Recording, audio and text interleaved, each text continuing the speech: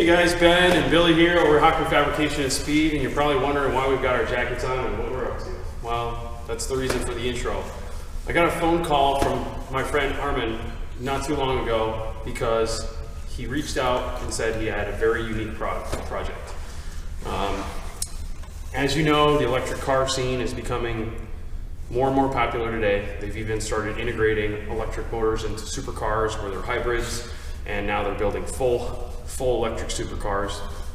And for that reason, there's been a lot of popularity with people starting to take that platform, like a Tesla for instance, and swap it into another platform. You've probably seen, if you follow the Tesla stuff, a Porsche that came up on the internet not too long ago that did this exact same thing. Well, Armin reached out to me because of my expertise and my background and my partnerships with the platform around the Mitsubishi EVO. Well, I guess you could probably guess where this is going. Yep, he reached out because he wants help swapping a Tesla setup into a Mitsubishi EVO 8. So here we go, we're gonna go pick it up. We're gonna pick up the vehicle along with the two drive units, both front and rear. And our job is to build the subframes and anything chassis related to hold these motors and make sure they can hold the torque. So come along with us. We're gonna go to Armin's house, pick up the car along with the drive units and bring it back to the shop. We'll keep you guys in a loop, looking over our shoulders throughout the entire process so that you can see what it takes to do this and what we end up developing in order to accomplish this task. So join us as we hop on the road. We've got the trailer hooked up outside, and we're gonna go pick this thing up along with Armin and the drive units and see what we can do.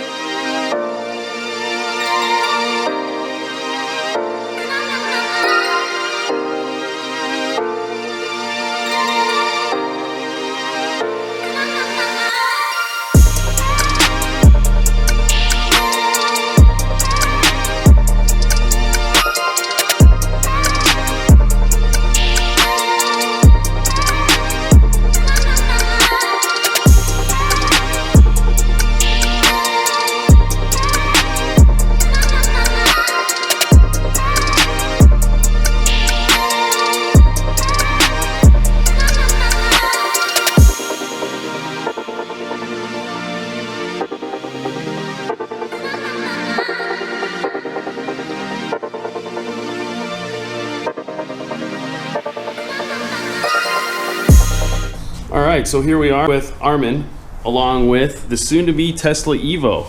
We've got both of the drive units here in the garage, along with the axles, and we've already met here previously to talk a little bit about the scope of work, but as you can see, this thing is a very clean candidate for what we're trying to do, and Armin has been kind enough to actually do some of the prep work himself. He's done a nice job cutting out the trunk area with a plasma cutter, which we will help clean up while we're back there. But in the meantime, just wanted to give you guys a quick look over this car and see what we're dealing with when we picked it up. So what exactly brought you into wanting to do this to your EVO? I hate the sound of exhaust. I got tired of tuning and I wanted instant power. Hey, I mean, you can't argue with this guy. Big turbo and small motor is not that fun to drive. Yeah. Especially on the streets, but... Nice. Well, we brought the trailer and we're getting ready to bring it back to the shop where all the magic happens, but I wanted to give you guys just a little intro, and this is where the story begins, so here we go.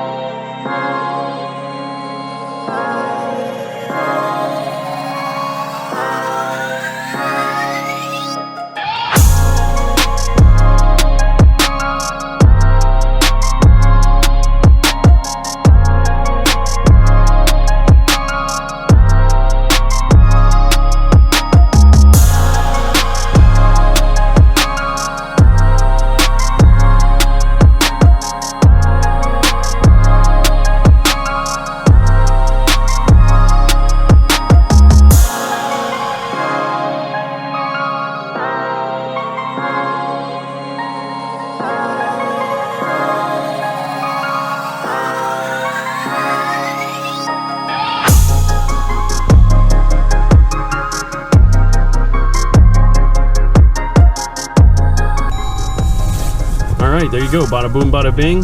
Got the car on the trailer. Back to the shop.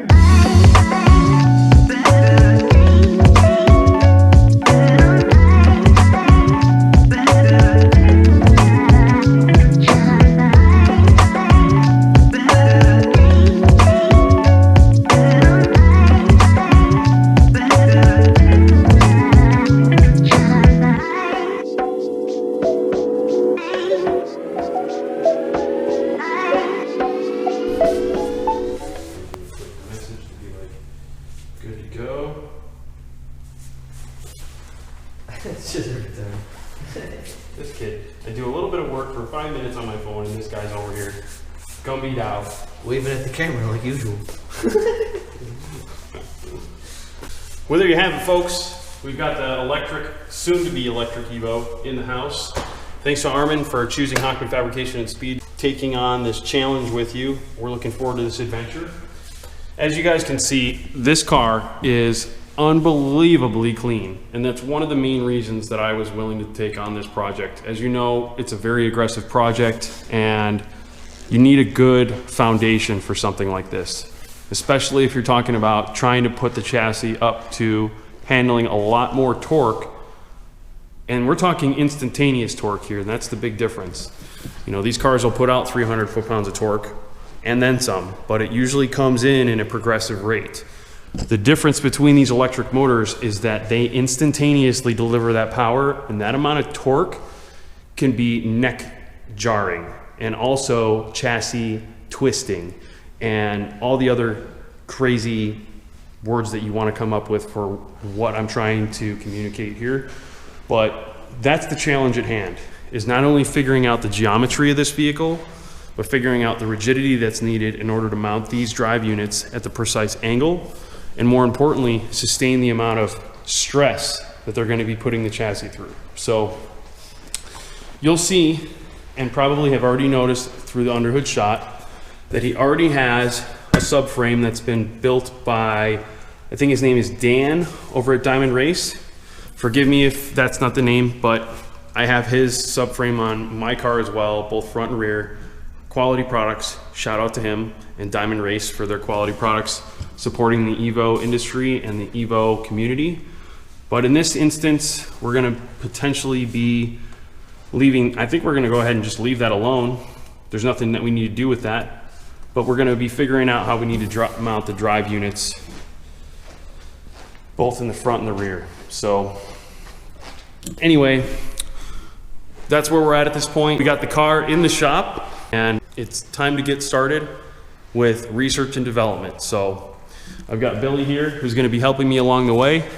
This is a project that we're gonna be teaming up on, and I know that both he, I, and Armin are really looking forward to this. We always like a challenge, and we're always looking for something new, and this one is definitely new to us and new to the world as far as we're concerned. So be sure to stay tuned in with us. If you do not already subscribe to our channel, highly recommend you doing so. Here at Hochman Fabrication and Speed, we cater to the elite auto enthusiast. We build high performance race cars and components that look as good as they perform. And if you like high-end fabrication, going fast and building cool shit, well, welcome home. So be sure to join us. Make sure you turn on all notifications so that you know when updates for projects like this are coming through your stream.